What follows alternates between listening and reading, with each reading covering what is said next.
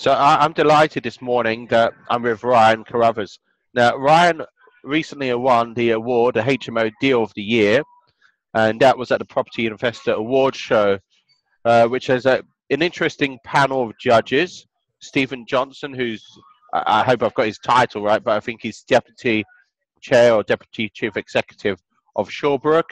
You've got the likes of Ranjan Bhattacharya, you've got Paul Higgs, you've got Richard Bowser, editor of Property Investor News magazine.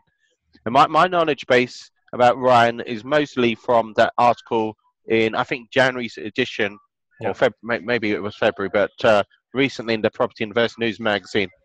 Ryan, rather than me steal your thunder about your HMO background, can you just tell me a little bit more about your HMO background, your property background, maybe drop in a little bit about your university background as well? Yeah, of course. So I was at university a good few years ago now, studying physiotherapy, and it's fairly well documented now that my dad was poorly, and I decided to run his business while trying to be at university as well. I had to leave university because of that, because I was in uni 40 hours a week anyway, trying to run his business. I did go back to university after my dad did come back to full fitness to finish my degree, but that sort of, my dad's my hero. You know, when I was at university, he gave me £1,000 that was to do something with. So I was buying and selling makeup. I was also into Betfair trading, which is another big part of my life. And then when he was ill, obviously I had no qualms or hesitations about stepping in and running his business so he could focus on getting back to full health, which he did, and then told me he didn't want the business to be like it was anymore, because I sort of young blood came in, kicked on loads of different stuff, different avenues, and really maximised it. But what that gave me was the confidence to be able to kick on and do what I want. And I always had my dad there then as a safety net. He basically kept me on payroll, and I was making money through Betfair anyway.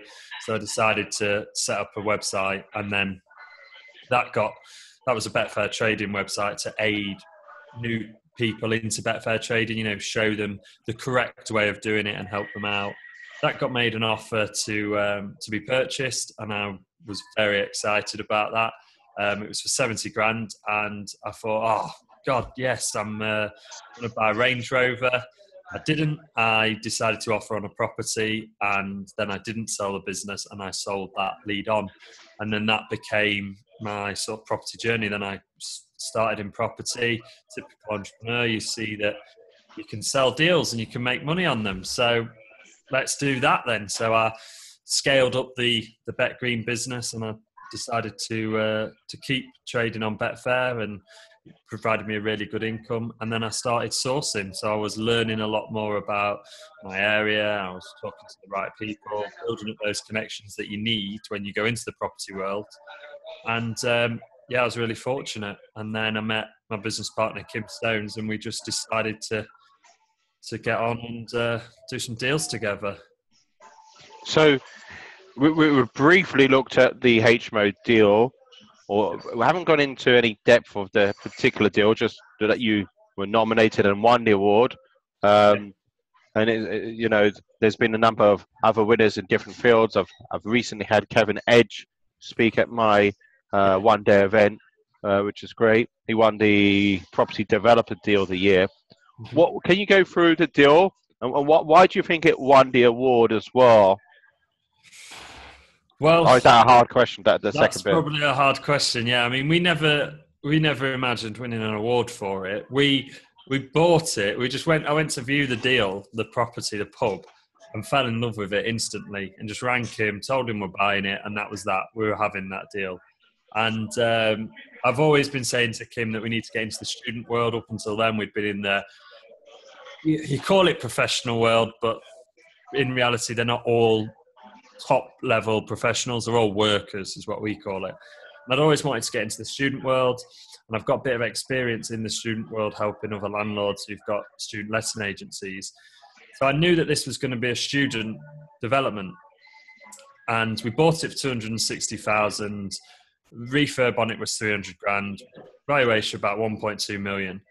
And we got a 4-bed ensuite HMO from that, a 6-bed ensuite HMO from that, 4 1-bed flats, a 1-bed studio, which is effectively still a 1-bed flat, and then a commercial space. So I believe that is probably why it won the award, because it wasn't just one massive HMO. It was an all bills inclusive mix of commercial. We've got some flats in there for students, which are all inclusive. And then we've got some HMO rooms. And it was just a cracking deal. We picked it up a phenomenal price. Like I say, we paid 260,000 for this. Wow. Building. Yeah, 4,500 square feet. Actually, now talking to the agent who sold me it, she says, you are so lucky to have got that building at that price. It was literally just because we were in the right place at the right time. We offered on it and we could move quick, and they wanted to get rid of it, and we were the first people in. Did you offer what they were asking or below what they were asking? Out of curiosity. We just offered them what they were asking. We knew it'd work all day long on what they wanted for it. They initially wanted 250 plus some VAT. We says, well, we're not VAT registered, it's residential income. We don't need to be VAT registered. So can we negate the VAT and can we pay you a little bit more? And they said, yeah, okay, if you give us 260, you can have it. So then we bought that building in 2 weeks. Yeah, it's phenomenal numbers. I was going to say to you, in terms of, and there's lots of questions we could ask. I'd love to bring you down to London, but I know you're based in Lincoln. But what's the best way to connect with you, Ryan? Facebook or LinkedIn or email? Which is your preference? Either. So if you want to get me on Facebook, it's just Ryan Carruthers. I've got a nightmare surname to spell. Yeah, I didn't want to spell it. Yeah, nobody does. Everybody gets it wrong. I spend half my life on the phone going Carruthers, and they go, can you spell that? Charlie, Alpha, Romeo. I spend half my life doing that. So if you want to find me on Facebook, you can. I've got red hair, so that should differentiate me to any other Ryan Carruthers. The same on LinkedIn, if you find me there. Or if you want to drop me an email, you can. It's just ryan@venturepropertylincoln.co.uk, and I'm happy to talk to anybody. Right, Ryan, can you just say that email address just once again? Yeah, it's ryan@venturepropertylincoln.co.uk. Thank you. So we've looked briefly at the deal. We've looked at your background as well. What's the best bit of business advice, the best nugget of business advice you've had, Ryan? It was from an old school businessman who just said, just do it. It was like, what differentiates between people who are really successful and who aren't are that they just crack on with it and do it. And that's just stuck with me throughout all my life, really. Nice and simple. And looking at your investments below £100, which have been worthwhile, have you used any particular piece of software which you think is useful to your business? Yeah, I mean, the whole of my business is run off Google Drive. So as Kim calls me, I'm a techie. He says, you can do all that techie stuff. If you come into our office, you'll see Kim's desk covered in paper and scribbling. On mine, there's just a laptop. So I use Google Drive for everything because you can have your emails through there. You can have folders for all of your projects. You can have spreadsheets which other people can work on. So we've got a VA in the Philippines, and it costs me something like £7 a month. So 90 quid for the year, and it's absolutely perfect. And we even use it for our forms for our tenants. So we've got 2 forms for our tenants. We've got a maintenance form. So if something goes wrong in one of the houses, they fill in a form on Google, and then I've set that up to email me. So I just forward that on to my builder, who goes out and does the maintenance. And I've also got an application form via Google as well. So when you come to view one of my properties, that's put onto a Google sheet that I don't even look after. I've got a lady who does that for me now. And then she'll email you the form. You fill that in, I get an email to say you filled in your application form, and then we go from there. Right. I have to admit, I don't really use Google Drive to any extent. I think I might be on the freemium model, to be fair. Yeah. What would your suggestions be to someone who's not really utilizing Google Drive at the moment? How would you get started? What was Well, your I'd, advice? I'd start looking at the documents that you are using, and are you sharing those documents with other people? So I'd look at your spreadsheets to get them on Google Drive, because you can share those with other people. You can also, if you've got photos of the properties and rooms, etc., you can put them in Google Drive as well. So you can give people a link who can see the whole property quite quickly. And then my third one would be to get your own domain linked to Google, so you've got the email through there. And then I'd use something called Inbox by Google, which is completely different to your normal Inbox by Google. So it's called Inbox by Google, and it just helps you really, really look after all of your emails and move emails about. So you can keep a clean inbox with it, because you can tick them when they're done and they just go to a separate section. So you don't lose them. They just go to a separate section, and then you can schedule them as well. If you've got an email come in that you don't need to look at, you can schedule it to come back later on that day. So it's out your inbox, it's out your hair. You don't have to worry about it. Ryan, so going through looking at other potential software, do you use any other software or it's just Google Drive? Pretty much Google Drive does everything. I have I use Slack as well, which is a communication app, which you can download for your phone, your laptop, everything. And I use that as well as Zero, because we've just hired a bookkeeper in India. So they're on Zero. They do all of the bookkeeping for me. They find out at the start of the month when all of my rents come in. They check them off a Google sheet for me, and then they come onto Slack and start talking to me if there's any questions. But also my VA from the Philippines is in Slack as well. So if there is a need for everyone to talk, we can all talk on one channel. There's a separate channel for just accounts, for promotion, for contracts. So we can keep on top of everything and make sure that what's being done needs to be done. And then we link that with something called Asana as well, which is just a task sort of checklist. So I can assign tasks to the bookkeeper, to Kim, and to the VA, and they go to their personal Asana, and then I can check up when they're done, and I get told when those jobs are completed.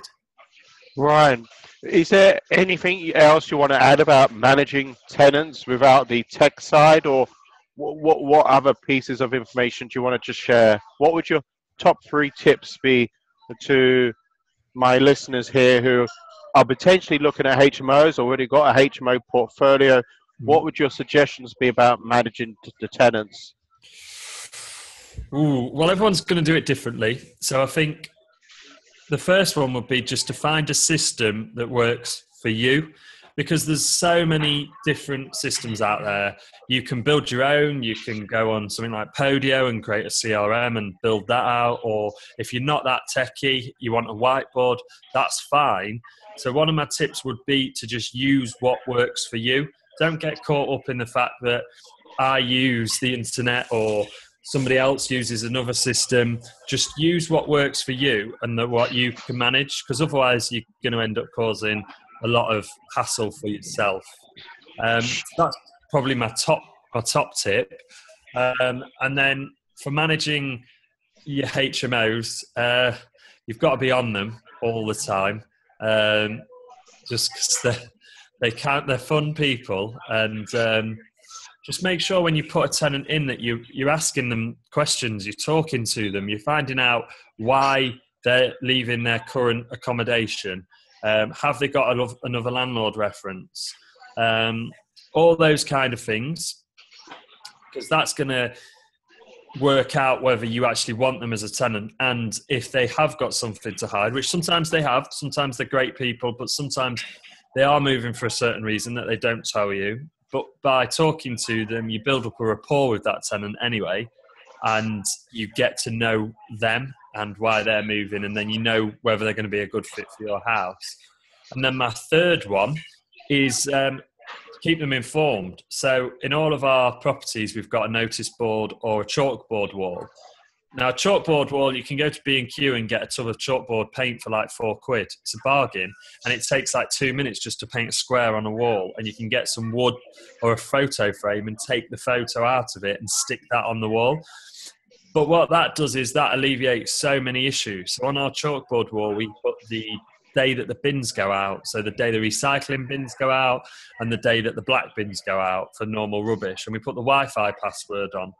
And that has stopped so many issues with tenants just ringing you up and saying, oh, what day is the bin? Because it might not seem like a big task, but if you scale up to 300-400 rooms, that could take up a whole day of your time. So just little things like that, where you can put notices on the board, and you can also put your emergency numbers on there as well, so that they've got everything.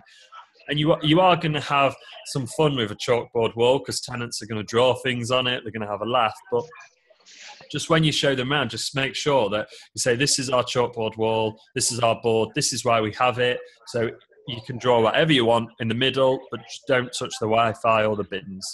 And that has helped big time for us. Sure. Well, Ryan, I'd love to stay online, although, as I said, it would be 10, 15 minutes. So we've explained how to connect with you on Facebook and LinkedIn. Yeah. So huge thanks for you joining me today. And I look forward to catching up with you at some point very, very soon. Yes, me too. So thanks, Ryan. And Yeah, thank you to my audience as well.